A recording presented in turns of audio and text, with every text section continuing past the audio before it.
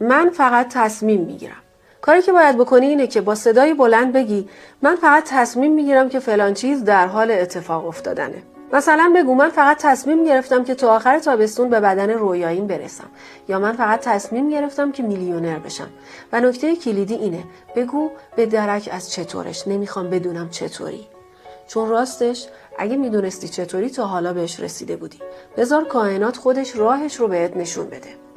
من عاشق این طرز فکر خودمم، چون اگه میخوای چیزی رو سریع جذب کنی موضوعی نیست که مدام بهش فکر کنی و اونو آرزو کنی. چطورش به تو مربوط نیست. فقط قراره تصمیم بگیری. بگی من تصمیم گرفتم این اتفاق داره میفته و همین انرژیه که جهان رو تکون میده. باید اون چطور رو رها کنی، چون اگه راهش رو میدونستی تو حالا بهش رسیده بودی. پس دست از وسواس بردار. بذار جهان خودش مسیر رو برات بسازه. کار تو فقط تصمیم گرفتنه. احساسش کن، اون انرژی رو زندگی کن، انگار همین حالا مال توه. اونجاست که قدرت واقعیت رو پس میگیری. پس همین حالا کامنت کن. من تصمیم گرفتم که میلیونر بشم. این پست رو لایک